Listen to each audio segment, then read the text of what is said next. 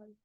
My name is Akanksha Gupta, lecturer in Department of Electrical Engineering, IIMT College of Polytechnic.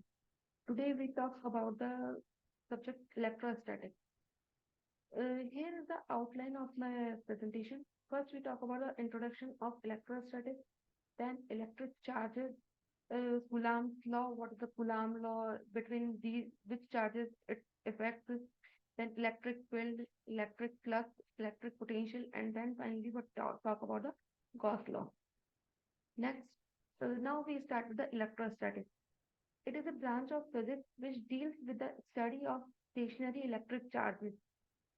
And as the charges do not flow from one point to some other point, so it is also called static electricity, whereas electricity is defined as the flow of charges. That is a charged particle that are stationary. In brief, study of electric charges at rest is called electrostatic. From this picture, we can see that the positive charges and negative charges. These are the like charges. These like charges are repel each other, and the positive negative charges. These are opposite charges. They attract each other.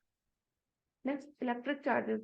It is a property of matter due to which the matter is able to exhibit electric and magnetic fields.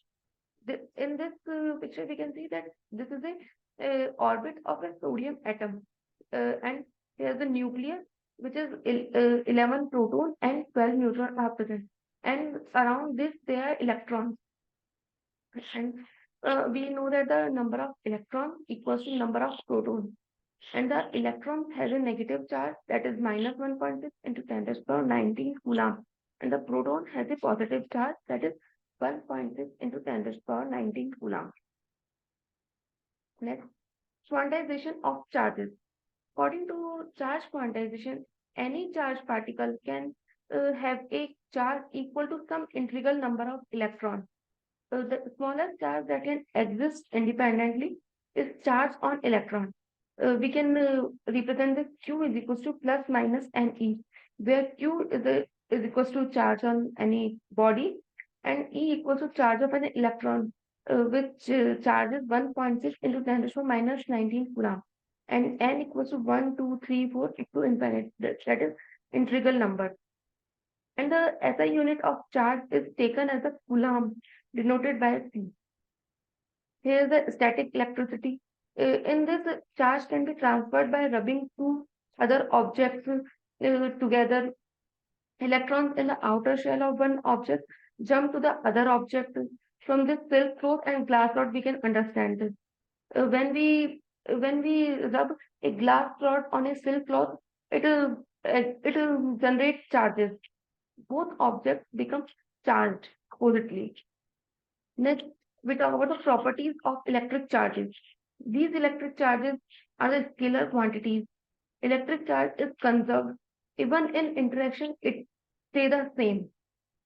Initially attracted, then touch, and then repel, but total charge is same. There are two kinds of electric charges, namely positive and negative.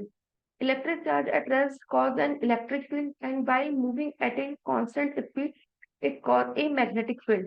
Hence, we conclude that if shortage of electrons develop, then it's called positive charges, and then if excess of electrons develop, then negative charges on an object.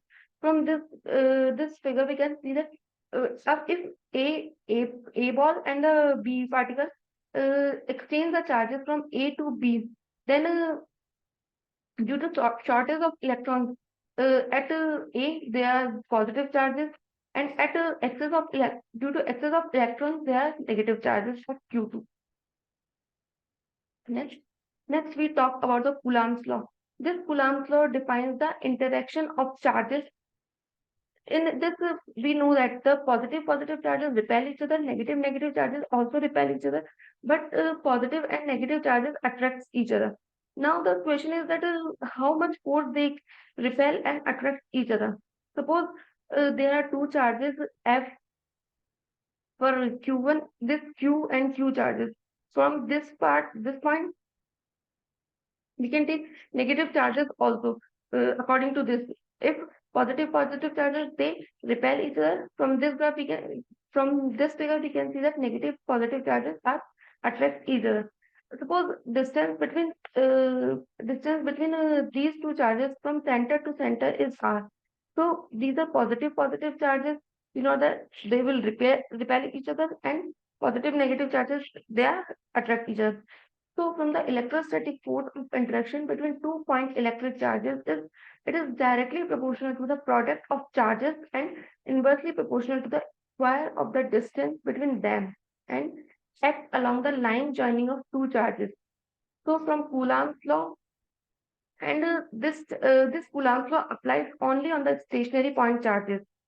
Uh, in this Coulomb law, F is proportional to Q1 Q2 upon R square.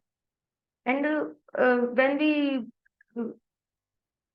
remove the this proportionality, we can write a constant proportionality constant, that is K. F is equals to K Q1 Q2 upon R square, where K is a positive constant of proportionality and is called the electrostatic force constant of Coulomb constant. The value of K depends on the nature of medium, and in vacuum, the K equals to 1 upon 4 pi epsilon naught, that is equals to 9 into 10 to the power 9 Newton meter square Coulomb inverse square. And the dimension of this K is m minus 1, L minus 3, T4, and A square. And when we talk about in medium the K equals to 1 upon 4 pi epsilon, where epsilon naught is the permittivity of free space, that is equal to 8.85 into 10 to the power minus 12 Coulomb square Newton inverse meter minus 2. And epsilon is the absolute electric permeability of dielectric medium. Permeability epsilon, it is a property of medium which determines the electric force between two charges situated in the medium. And the relative permittivity and dielectric constant of a medium is defined as a ratio of permittivity of the medium and to the permittivity of the free space. So we can denote it from the epsilon r. Epsilon r equals to epsilon, that is the permittivity of a dielectric medium, and epsilon naught, that is the permittivity of a free space. Here are some limitations for the Coulomb's law. Coulomb's law cannot be applied in the if the charges are in motion. And next is one is Coulomb's law is only applicable for point charges. That is, the size of charges must be small as compared to the distance between them. The separation between the charges must be greater than 10 to the power minus 15 meters. Because if for distance less than 10 to the power minus 15 meters, then the nuclear force is dominates over the electrostatic force. Here the electrostatic force and Newton's law. Electrostatic force and field obey Newton's law. We can see from this example, for example, an electron is released above the surface of the earth, and a second electron directly below it exerts an electrostatic force on the first electron just great enough to cancel out the gravitational force on it. So how far below the first electron in the second? From this example, we can see is that an electron is released above the surface of the earth. It is released above the surface of the earth, and a second electron is directly below. And the second one, this electron is directly below. It exerts there are two electrons, and due to these two electrons, there are electrostatic force.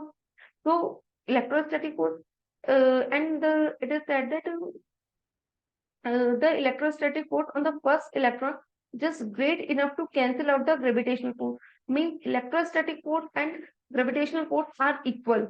So F net equals to F electrostatic minus F due to gravitational force is equals to 0.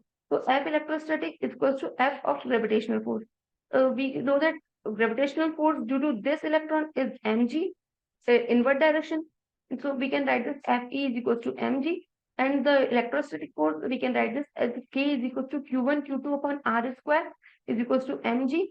From this we can calculate the R, which is R equals to K Q1 Q2 upon mg ka under root, and the K is 8.99 into 10 to the power 9. Q1 and Q2 is both are electrons, so 1.6 into 10 to the power minus 19 ka square, and mass of the electron is 9.11 in 10 to the power minus 31, and gravitational force is 9.8. When we solve it, we find the distance between these two electrons is 5.1 meter. Next is the electric field or electric field intensity. An electric field is a physical field surrounding charges particles, such as electrons or protons, that exert a force on other charges particles within its influences. The electric field is a vector field, meaning it has both magnitude and a direction. It represents the force experienced by the positive charges placed in the field, in that electron's field. Charge Q is called the source charge and Q naught is called the test charge. It is defined as the electrostatic force per unit charge acting at that point. So mathematically we can write the electrostatic force, electric field E is equals to electrostatic force divided by per unit charges. This is a test charge. Electric field intensity is also termed as the electric field, and the direction of electric field is along the direction of electromagnetic force. So the SI unit of electric field is for the SI unit for the electrostatic force is Newton, and for charge is the Coulomb. So SI unit of electric field is Newton per Coulomb. Electric field due to a point charge. In this we talk about that due to a point charge, how electric field behaves. The electric field intensity at any point is the strength of electric field at point. It defines the force experienced by unit positive charge placed at that point. If F is the force acting on a small test charge, on this small test charge Q naught at any point to P, then distance R is between capital Q and small q. The electric field intensity at this point is given by electric field equals to force upon me Q naught.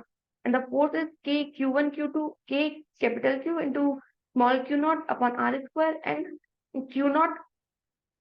So we can write the electric field also K Q1 up K Q upon my R square. Electric field intensity at a point due to a source charge is defined as a force experienced by unit positive charge placed at that point. Next, we can see that what are the comparison between the electric field and gravitational field. Electric field and gravitational field more are the similar. Electric field is equal to force due to electric field is K Q Q upon R square, and in gravitational field the force due to gravity is G M M upon R square, where K is the electrostatic constant and G is the gravitational constant. E equals to F upon V Q, and when we talk about the gravitational field, G is equals to F upon my M. So we can write the electric field E equals to K Q upon my R square. Similarly, we can write G gravitational field equals to G M upon my R square. These are more similar to each other.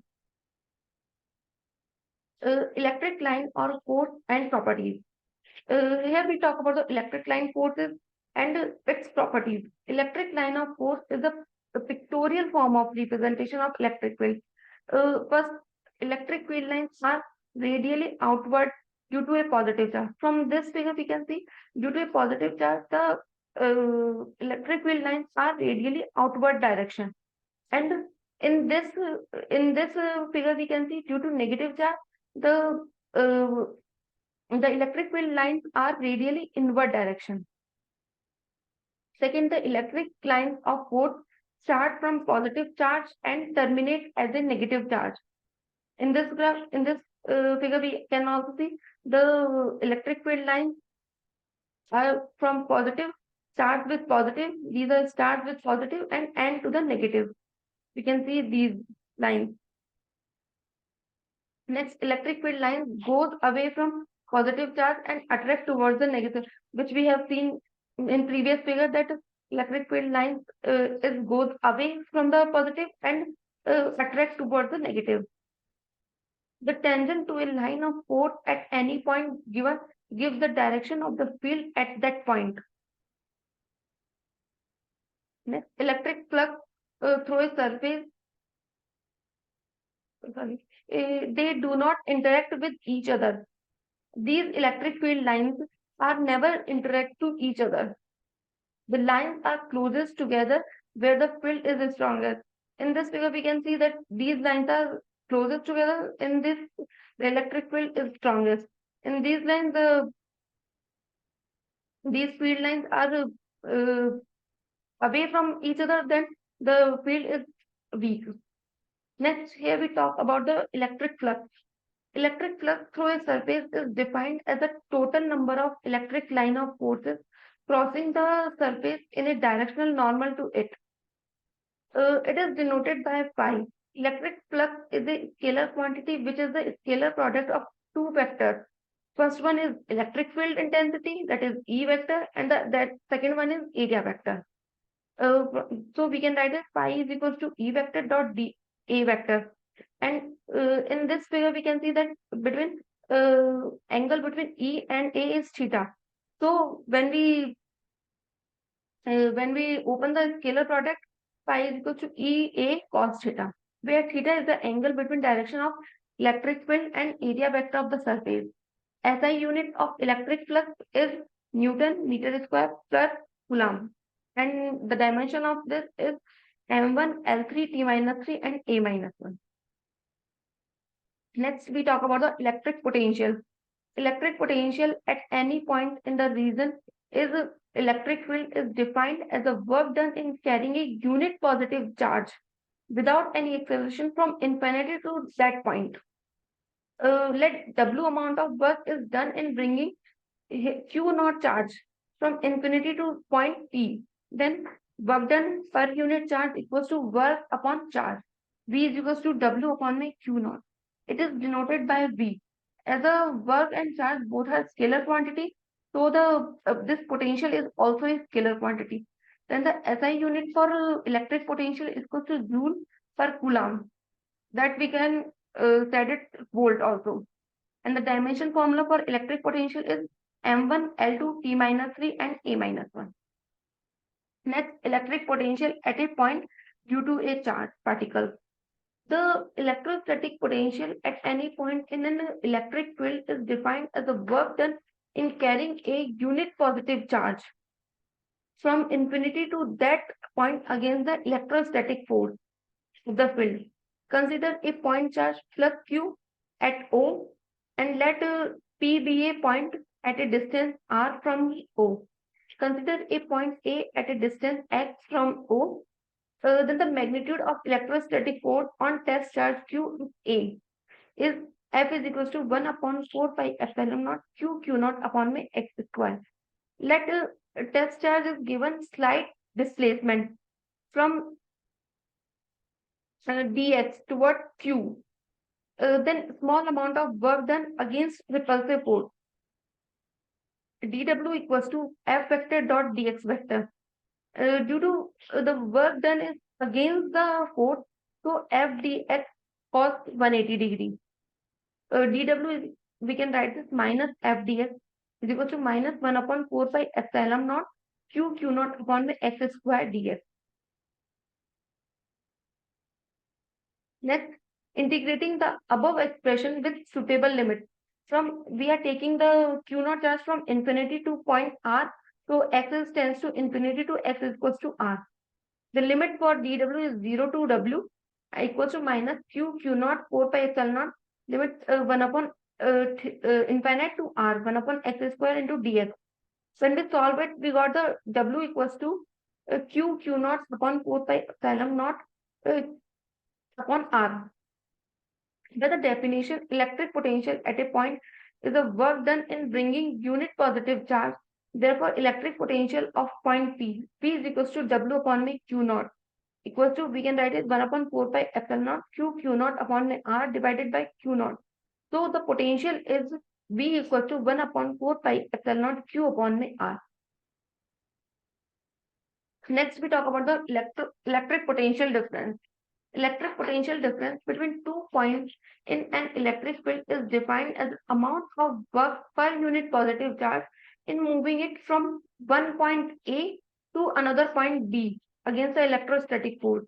Consider a point charge plus Q if you want to calculate potential difference between point B and A. According to definition of electric potential, delta V equals to, we know that W upon my Q naught, and delta V we can write it VB minus VA equals to W upon my Q naught. Therefore, work done in bringing text charge from A to B or B to A in an electric field of point charge W equals to Q naught VB minus V equals to Q naught and delta V. Next, here is an example that 2 point charges of 5 microcoulomb and minus 14 microcoulomb are 80 centimeter apart. Calculate electric potential at midpoint between them. We have to calculate the electric potential at point P, that is the midpoint. The distance from this midpoint from 5 microcoulomb is 40 centimeter and for minus 14 microcoulomb is also a 40 centimeter. So we know that the potential equals to V equals to 1 upon 4 pi epsilon Q upon R square. So potential due to 5 microcoulomb charge is V equals to 9 into 10 raised to power 9 into Q equals to 5 microcoulomb, 5 into 10 raised to power minus 6 and R equals to 40 centimeters. So we can write it 0.4 meters. When we solve it, we got the 112.5 into 10 raised to power 3 volt.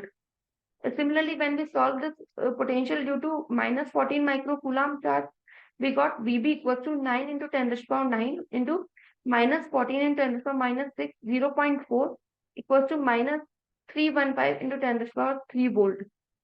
So potential at a midpoint, V equals to VA plus VB and 112.5 into 10 raised to power 3 minus VB equals to 315 into 10 raised to power 3.